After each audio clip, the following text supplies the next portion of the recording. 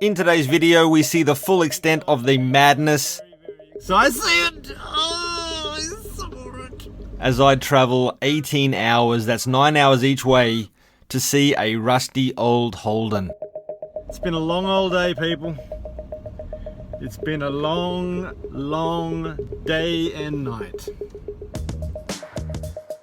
And aside from the successful catch and release of this Holden Ute, there's also the story of the journey, which includes me roughing it in a K car, meeting some friends along the way, but also uncovering a truly eclectic stash of cars, the cherry on top being this HZ Holden Ute, and no, this is not no rotary powered Holden. Not the best conditions at all for a road trip, but I did have a Holden to see, and so we're going to join the story about 2 hours into the drive. It's getting a little late, time for dinner and to stretch the legs.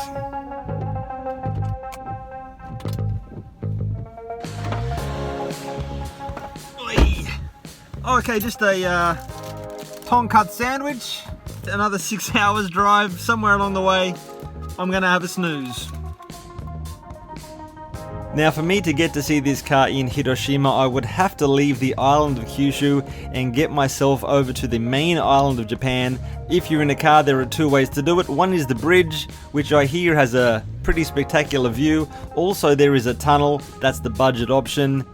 But it does get a little claustrophobic down there. The bridge will cost you 4 times as much, but you'll get over it. A bigger concern than the few dollars to get over that bridge was that I'd be getting sleepy in a couple of hours and I'd have to find somewhere to park the car. Now, fortunately for me, there's a thing called the Michi no Eki, which is a rest stop, and you can park there the night and it costs exactly 0 yen. But first, I'd have to make my bed. Damn. Alrighty then, so I'm somewhere between Yamaguchi City and Hiroshima City in western Honshu, and there's a road stop here, and this is where I'm gonna sleep. I'm gonna be honest, it's a bit bright for my liking, but anyway, I didn't show you the sleeping arrangements. I'm gonna roll that out, lay that out, and time for me to put my head down. I think I'm a bit tired. See you in the morning. There we go, people. It's like 6:20 in the morning. Just woke up. It's a bit chilly. Toilet break and I'm on my way.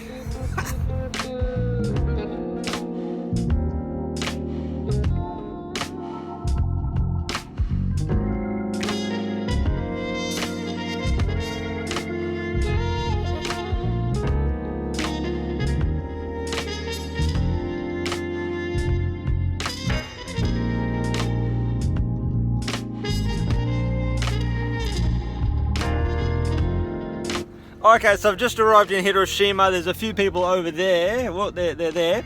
And he's going to show me some cars. I don't know what's going on. Going to have a look now. And what happened was I had myself a bit of a private car show. The Mazda Porter, of course. All 3 of these cars from the 550cc era of the K car thing. And that very tidy car you're looking at is a Mitsubishi minicar van. Don't see many of them around. And then under the tarpaulin, a Suzuki Carry, and it was about at that point that Fukunaga-san had a good look at me, saw that I was pretty tired after a long trek through the night.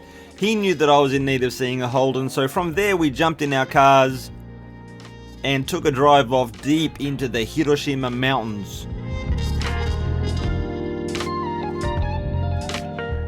And you know what happens here, because you saw it at the beginning of the video. I'm getting operated by a lazy ventriloquist. So I see it. Oh, I saw it. But I truly was that happy and excited.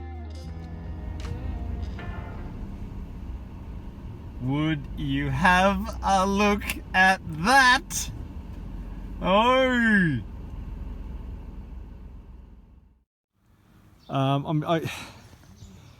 I'm gonna have a good look. I still have to speak to the owner to get some sort of a story, and just so it's all cool. But anyway, I'm just standing here soaking it in. I'm wondering, is that the original color? Does it have, it's a HZ grill, what are they, GTS or Sandmans, you know, blacked out around the headlights there. I don't recognize the wheels. I'm concerned about that rear quarter. But anyway, we'll have a look at that very, very shortly. And I want to know about the engine. I want to know just a whole bunch of stuff about this car. Damn.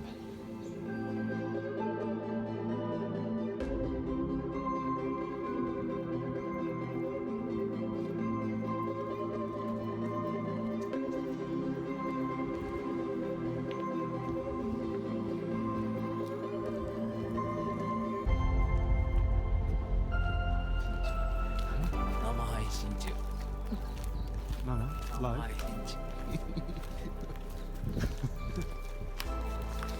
He's having fun.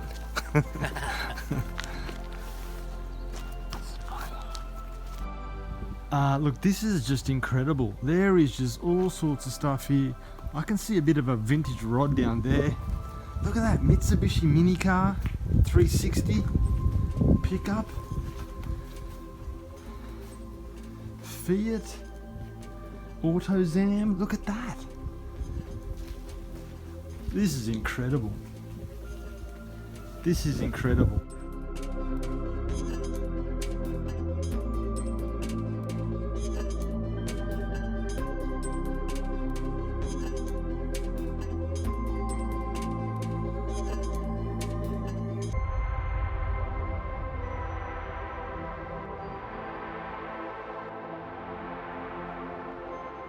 Damn.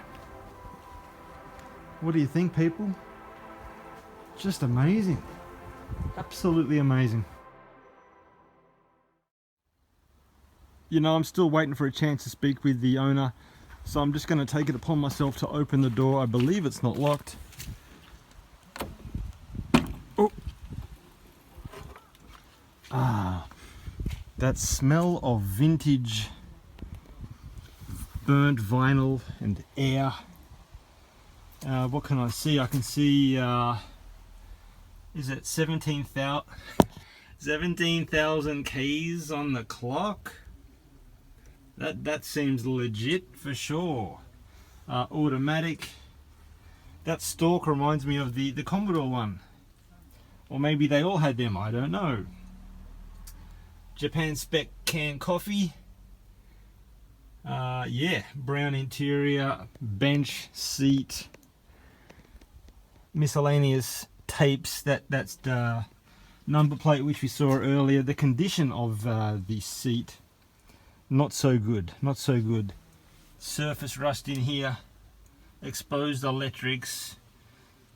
Oh yeah, it does have an accelerator, but does it accelerate? That's the question.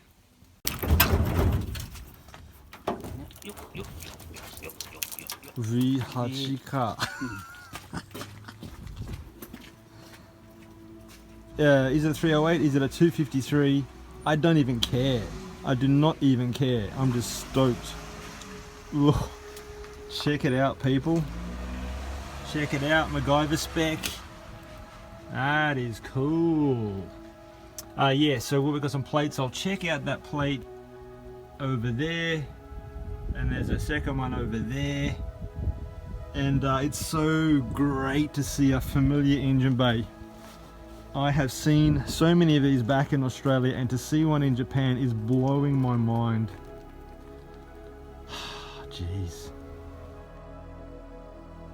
Now, I'm happy to say I got a fair bit of information about this car by decoding the plates, but before I get to that, what I'd love to be able to do is to convey some stories from the ownership of this car.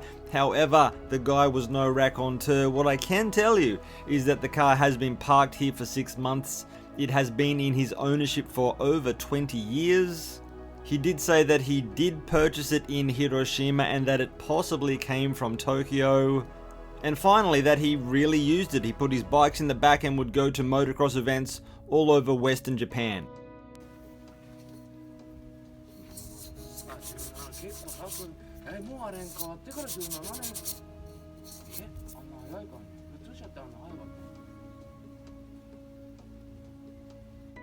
It may not be hard to believe that this car is looking quite different now than it did back in 1978 when it rolled out of the Holden factory in Adelaide. It did start out life as a base spec car. It's a commercial vehicle, of course. It had the 202, that's the 6-cylinder high compression engine. It had your 3-speed column shifted automatic. And as if that wasn't plain Jane enough, it was palette white with the tan vinyl interior. So there was the respray, there was the quad headlight front put on the car. Of course it has a V8 engine now. I don't know if it's a 253 or a 308. I didn't check the numbers. Also there's the wheels, which are Cheviot, and I'm just going to assume all of this work was done when it was in Australia, because there sure as heck ain't no parts in wreckers around here.